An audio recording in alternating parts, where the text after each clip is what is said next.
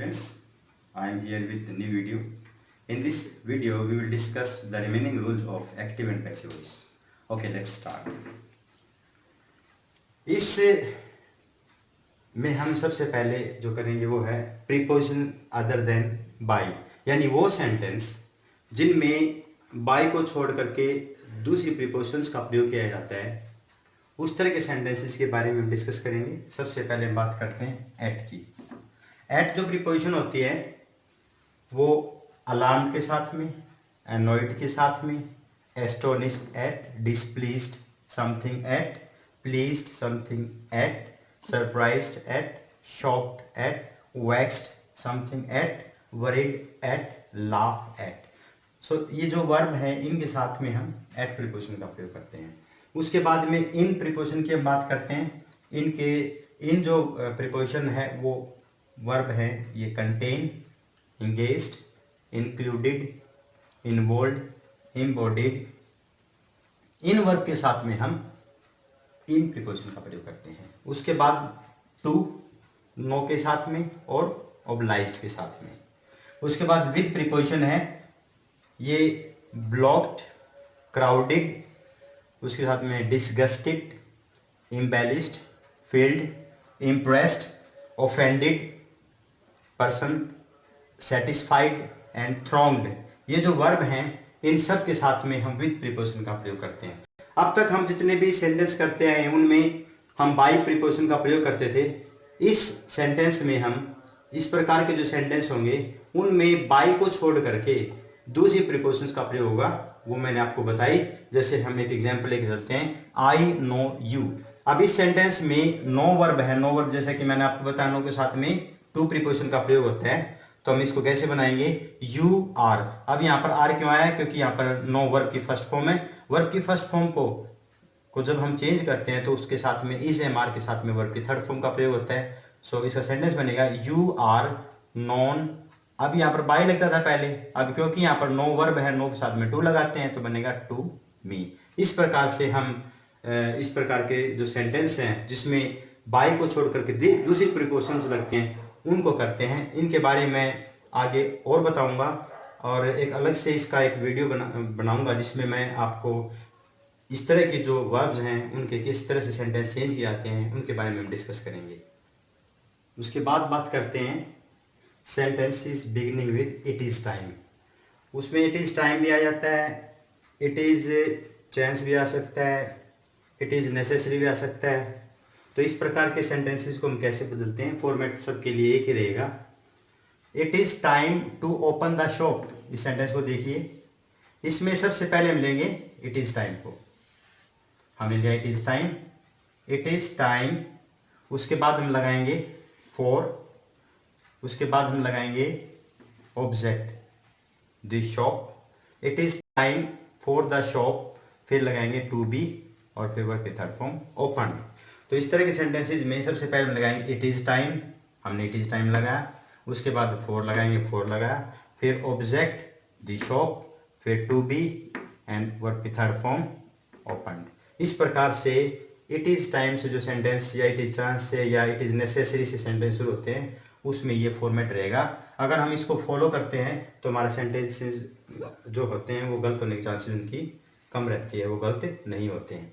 उसके बाद हम बात करते हैं प्रीपोजिशनल सेंटेंसेस की, यानी वो सेंटेंस जिनमें वर्ब के साथ में प्रीपोजिशन होते हैं। अब देखिए नॉक वर्ब है, उसके साथ में एट प्रीपोजिशन दी गई है। तो इस प्रकार के सेंटेंसेस को हम कैसे करते हैं आइए देखते हैं।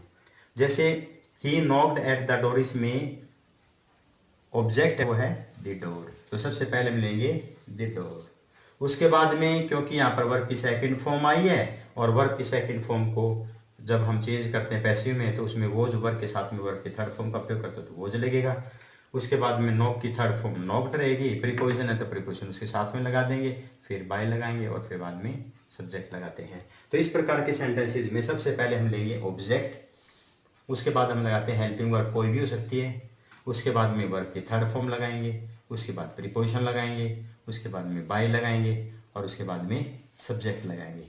इस प्रकार से जो प्रीपोजिशनल सेंटेंस होते हैं उनको हम इस फॉर्मेट को फॉलो करते हुए बना सकते हैं। नेक्स्ट रूल करते हैं हैविंग टू ऑब्जेक्ट्स। यानी वो सेंटेंस जिनमें दो ऑब्जेक्ट होते हैं, एक डायरेक्ट ऑब्जेक्ट होता है और एक इनडायरेक्ट ऑब्जेक्ट होता है। पहला जो काम हम करेंगे वो ये करेंगे कि सबसे पहले तो हमें ये बताना चाहिए डायरेक्ट ऑब्जेक्ट कौन सा होता है और इनडायरेक्ट ऑब्जेक्ट कौन सा होता है। आइए देखते हैं। इसमें एक तो मी ऑब्जेक्ट है और एक एबुक ऑब्जेक्ट है। अब इसमें कैसे पता लगे कि हमें ये डायरेक्ट ऑब्जेक्ट है ये इनडायरेक्ट ऑब्जेक्ट है, तो हम उनको छुपा के देखते हैं। सबसे पहले मैं मी को छुपाता हूँ तो सेंटेंस बनता है ही गेव ए बुक। अब यहाँ पर ये सेंटेंस कंप्लीट सेंस देता है। इसका मतलब ये हुआ इसको हटाने के बाद इस सेंटेंस पर कोई फर्क नहीं पड़ता है। उसके बाद हम ए बुक को हटाते हैं, सेंटेंस बचता है he gave me, question arises what. Now here question is sentence is incomplete. It means इसका मतलब ये हुआ कि जिस को हटाने के बाद में, जिस वर्ड को हटाने के बाद में सेंटेंस कंप्लीट रहता है, कंप्लीट सेंस देता है, कंप्लीट मीनिंग देता है, उसको बोलते हैं इनडायरेक्ट ऑब्जेक्ट, उसको बोलेंगे इनडायरेक्ट ऑब्जेक्ट।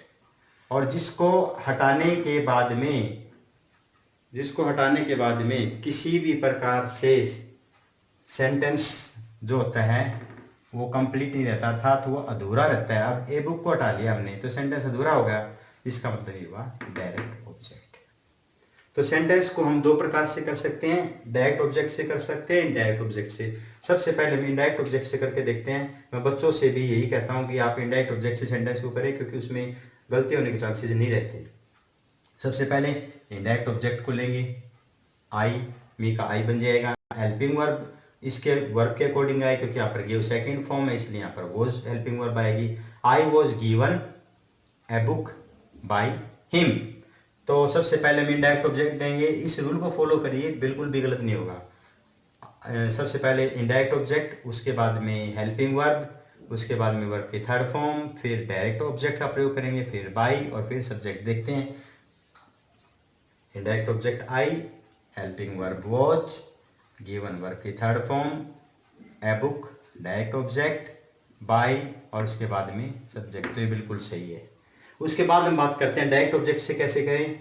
डायरेक्ट ऑब्जेक्ट में सबसे पहले फिर डायरेक्ट ऑब्जेक्ट लेंगे, तो सबसे पहले ए बुक को लेंगे, ए बुक, फिर हेल्पिंग वर्ब वॉज, फिर गिवन, फिर टू लगाएंगे, फिर मी, फिर बाय और उसके बाद में हिम। यानी सबसे पहले डायरेक्ट ऑब्जेक्ट, फिर हेल्पिंग वर्ब, फिर वर्ब की थर्ड फॉर्म, फिर टू की जगह और भी प्रीपोजिशन आ सकती है। सो इसीलिए बच्चे कई बार कंफ्यूजन में रहते हैं और वो इसको ठीक ढंग से नहीं कर पाते हैं डायरेक्ट ऑब्जेक्ट से। तो इनडायरेक्ट ऑब्जेक्ट से आप करें, उसके बाद में इनडायरेक्ट ऑब्जेक्ट, उसके बाद में बाय। नेक्स्ट रूल करते हैं सेंटेंसेस बिगिनिंग विद देयर। वो सेंटेंस जो देयर से शुरू होते हैं उनको कैसे किया जाता है। एक एग्जाम्पल देखते हैं, there is no money to waste. अब इस तरह के सेंटेंसेस में सबसे पहले मिलेंगे देयर, हमने लिया देयर। उसके बाद में इज है, एम है, आर है, वोज है, यानी बी की कोई भी फॉर्म है तो उसके बाद में उसको लेंगे। फिर उसके बाद में क्या दे रखा है, नो मनी, उसके बाद नो मनी लेंगे। इसका मतलब यहाँ तक इस सेंटेंस को ऐसे कैसे लिया जाएगा। उसके बाद में हम लगाएंगे टू बी, उसके बाद में टू बी लगाएंगे, हमने लगाया टू बी, फिर वर्ब की थर्ड फॉर्म लगेगी, वर्ब की थर्ड फॉर्म लगेगी वेस्टेड। तो इस प्रकार से जिन सेंटेंसेस में देयर होता है तो उन सेंटेंसेस में टू के बाद में बी लगा देंगे, टू बी और वर्ब की थर्ड फॉर्म। इस प्रकार से हम सेंटेंस को बदल देते हैं। उसके बाद में सब्जेक्ट के साथ में यदि आस्क दिया हुआ है, आस्क की कोई भी फॉर्म हो सकती है, उसके बाद में ऑब्जेक्ट है और इफ क्लोज है, तो उस प्रकार के सेंटेंसेस को हम कैसे बदलते हैं आइए देखते हैं। जैसे I asked Preeti if she went to Jaipur. इस सेंटेंस में एक्चुअल में हमें इसी सेंटेंस को बदलना है। ये सेंटेंस जो इफ क्लोज का सेंटेंस वो सेम रहेगा, उसमें कोई चेंज नहीं होगा। सो इसमें ऑब्जेक्ट है ब्रीटी, तो पहले हम लेंगे object Preeti. Asked second form दी गई है तो हेल्पिंग लगाएंगे वॉज, तो सेंटेंस बनेगा Preeti was asked, Preeti was asked. उसके बाद में if she went to Jaipur. इस प्रकार से इस तरह के सेंटेंसेस को जिसमें आस्क के साथ में ऑब्जेक्ट और इफ क्लोज होता है उनको ऐसे बदलते हैं। तो इस तरह से आप इन सेंटेंसेस को कर सकते हैं। सेंटेंसेस विद इन्फिनिटिव्स, बेयर इन्फिनिटिव और टू इन्फिनिटिव, उसके सेंटेंस किस प्रकार से करते हैं? वो सेंटेंस जिसमें टू होता है उस प्रकार के सेंटेंसेस में टू के बाद में हम बी लगाएंगे और वर्ब की थर्ड फॉर्म लगाएंगे, बाकी ऐसे ही रहेगा। सेंटेंस देखते हैं, he wanted to take rest. अब इसमें ही वॉन्टेड दे रखा है तो इसको यूं का यूं लिख देंगे, ही वॉन्टेड। उसके बाद में दे रखा है टू, तो टू से पहले ऑब्जेक्ट लेंगे ही वॉन्टेड रेस्ट और टू के बाद में लगाएंगे बी, टू बी, और टेक की थर्ड फॉर्म होती है टेकन। तो सेंटेंस बनेगा he wanted rest to be taken. एक और एग्जांपल करते हैं, she wants to insult us. अब इसमें शी वॉन्ट्स रखेंगे, उसके बाद जैसे कि मैंने बताया था ऑब्जेक्ट लेंगे, ऑब्जेक्ट है अस, शी वॉन्ट्स अस, उसके बाद में टू बी और फिर वर्ब की थर्ड फॉर्म लगाएंगे इंसल्टेड। तो सेंटेंस बनेगा she wants us to be insulted. इस प्रकार से टू इन्फिनिटिव के जो सेंटेंस हैं उनको हम पैसिव में चेंज कर सकते हैं। बेयर इन्फिनिटिव के जो सेंटेंस होते हैं उनको कैसे चेंज करते हैं, आइए उसके बारे में देखते हैं। I made him do this work. अब इसमें मेड वर्ब है, उसके बाद में बेयर इन्फिनिटिव टू का प्रयोग किया गया है। तो इस प्रकार के सेंटेंसेस को हम कैसे बदलेंगे, यहां से देखिए सेंटेंस को, आई मेड हिम, तो इसका बन जाएगा हिम का ऑब्जेक्ट का बन जाएगा ही, मेड सेकंड फॉर्म है तो हो जाएगा वॉज, फिर आएगा मेड, फिर डू दे रखा है तो डू से पहले जाएगा टू डू।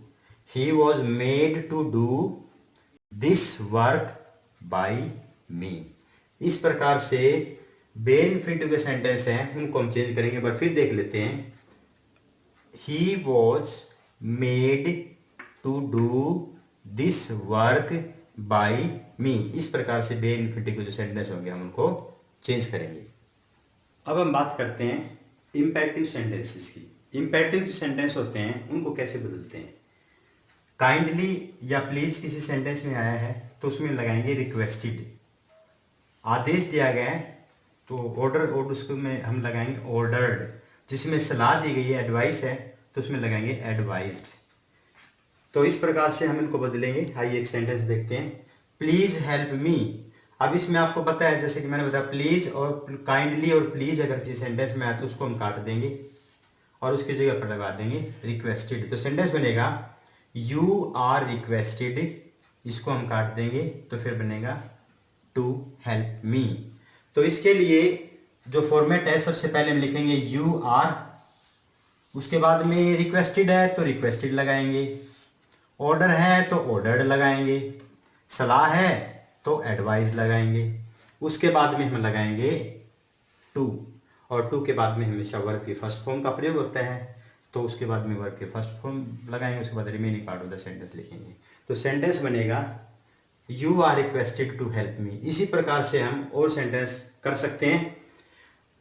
ये तो था जिसमें हमें ये पता होता है कि जहाँ पर सेंटेंस में कि इसमें रिक्वेस्ट दी गई है, इसमें सलाह दी गई है, या इसमें कोई किसी प्रकार से कोई प्रार्थना की गई है, तो उस प्रकार के जो सेंटेंस होते हैं जहाँ हमें ये पता होता है कि इसमें ऑर्डर है, इसमें सलाह है या इसमें रिक्वेस्ट है, तो हम उनमें इस प्रकार से करेंगे। लेकिन कुछ सेंटेंस ऐसे होते हैं जहाँ हमें कन्फ्यूजन रहता है, बच्चों को ये इस बात का कन्फ्यूजन रहता है कि इसमें रिक्वेस्ट लगाएं, इसमें ऑर्डर लगाएं, या इसमें सलाह लगाएं, एडवाइस लगाएं, क्या लगाएं। तो इस प्रकार के जो सेंटेंस होते हैं उस तरह के सेंटेंसेस को हम लेट से शुरू कर सकते हैं। जैसे एग्जांपल देखते हैं, ओपन द डोर। अब इसमें कन्फ्यूजन रहता है बच्चों के लिए कि इसमें क्या लगाएं, तो इस प्रकार के सेंटेंसेस को हम लेट से शुरू करते हैं। सबसे पहले हम लेट लेंगे, फिर उसके बाद में ऑब्जेक्ट लेते हैं, ऑब्जेक्ट हुआ दी डोर, फिर हम बी लगाते हैं और उसके बाद में वर्ब की थर्ड फॉर्म होती है ओपनड। तो सेंटेंस बन जाएगा let the door B opened. इस प्रकार से जो इंपेरेटिव सेंटेंस होते हैं उनको हम करते हैं। एक इंपेरेटिव सेंटेंसेस का एक और रूल होता है जिसमें हम शुड से सेंटेंस को बना सकते हैं, उसके बारे में मैं आपको बता रहा हूँ। जिन सेंटेंसेस में सुझाव होता है, सजेशन होता है, उस प्रकार के जो इंपेरेटिव सेंटेंस होते हैं उनके लिए हम शुड बी का भी प्रयोग कर सकते हैं। जैसे हेल्प द पुअर, तो इसको कैसे चेंज करेंगे, ऑब्जेक्ट है इसमें द पुअर, फिर लगाएंगे शुड बी और फिर वर्ब की थर्ड फॉर्म। तो सेंटेंस बनेगा the poor should be helped. उसके बाद अगला सेंटेंस करते हैं लव योर कंट्री। अब इस प्रकार के सेंटेंस को उसी प्रकार से जैसे हमने पहले सेंटेंस किया, सबसे पहले हम लेंगे योर कंट्री, जिस प्रकार से हमने पहले भी लिया था द पुअर, फिर उसके बाद लगाएंगे शुड बी और फिर लगाएंगे वर्ब की third form, your country should be loved. इस प्रकार से हम इन सेंटेंसेस को शुड बी के द्वारा भी कर सकते हैं। तो ये जो सेंटेंस हैं, आप जितने आप इनकी प्रैक्टिस करेंगे उतना ही आपका ज़्यादा कॉन्फिडेंस बढ़ेगा।